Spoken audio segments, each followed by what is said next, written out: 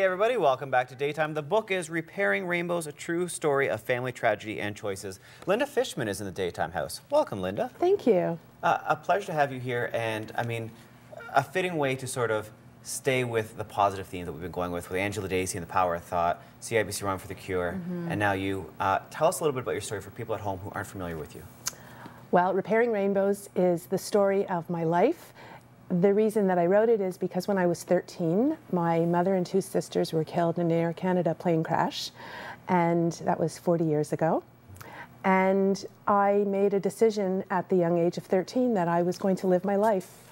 And I chose life, and I really do believe, and looking back, that I made a number of choices throughout the years where I could have chosen to succumb to the difficulties and all of the horrible issues that continue to hit me through the years because of this tragedy, or choose to live a positive life. And it's amazing hearing that you made that decision at the age of 13. At the time, you were left with a father, and you both handled the situation very differently. Did you know that your choice, you know, to keep living your life and to keep moving on in a positive way, did you know that that would later on help you in many ways?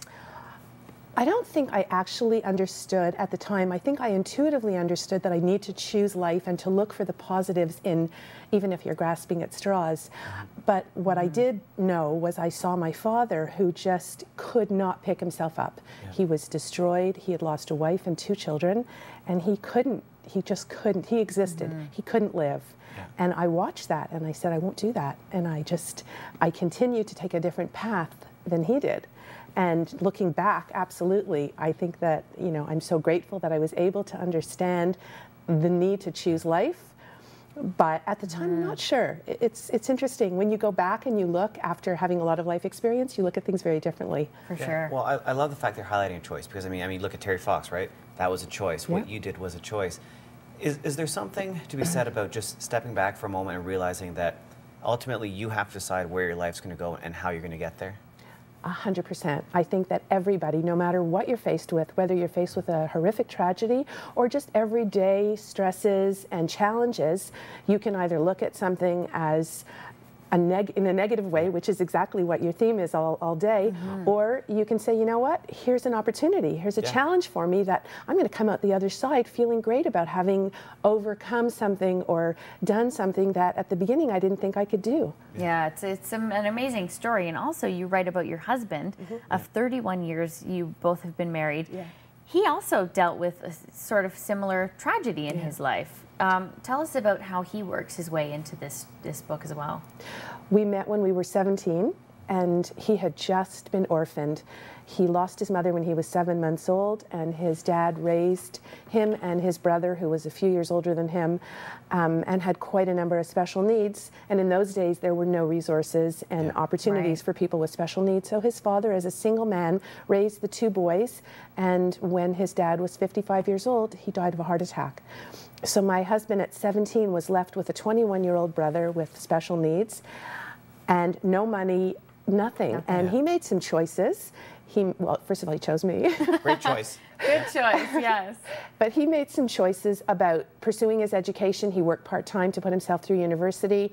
And he decided also that he was going to live a meaningful life. Wow. And he did. And you know, we're married 31 years. And you two found each other, which is connection. interesting. Pardon? It's like a kindred, like just amazing connection. I was flipping through your book, and you've sort of divided up into almost like chapters and sub-chapters. Right. Is it almost like a stage walking through how you got there, or how does the book sort of flow? Well, I originally wrote the book chronologically, and it was 450 pages.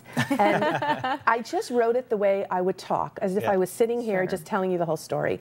And then when I worked with an editor, she actually changed the order of things a little bit so that it started off at the time of the accident when I was 13, and then she talked more, she brought back the stories about what life was like up until the time of the tragedy. And we had this wonderful family life, and I think that's what really set the groundwork for the rest of my life, is that I had this amazing foundation for those first 13 years.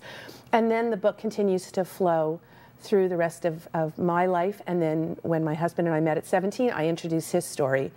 and merge the two stories. And why write a book? I mean, was this always on your to-do list, or was it one of those things where people were telling you, you've got to write a book about this? People were telling me. Yeah. I mean, nobody, I think a lot of people want to write a book, but nobody, I don't think, really has the confidence to say, I'm going to sit down and write a book and it's going to be in chapters and it's going to, you know, become a bestseller.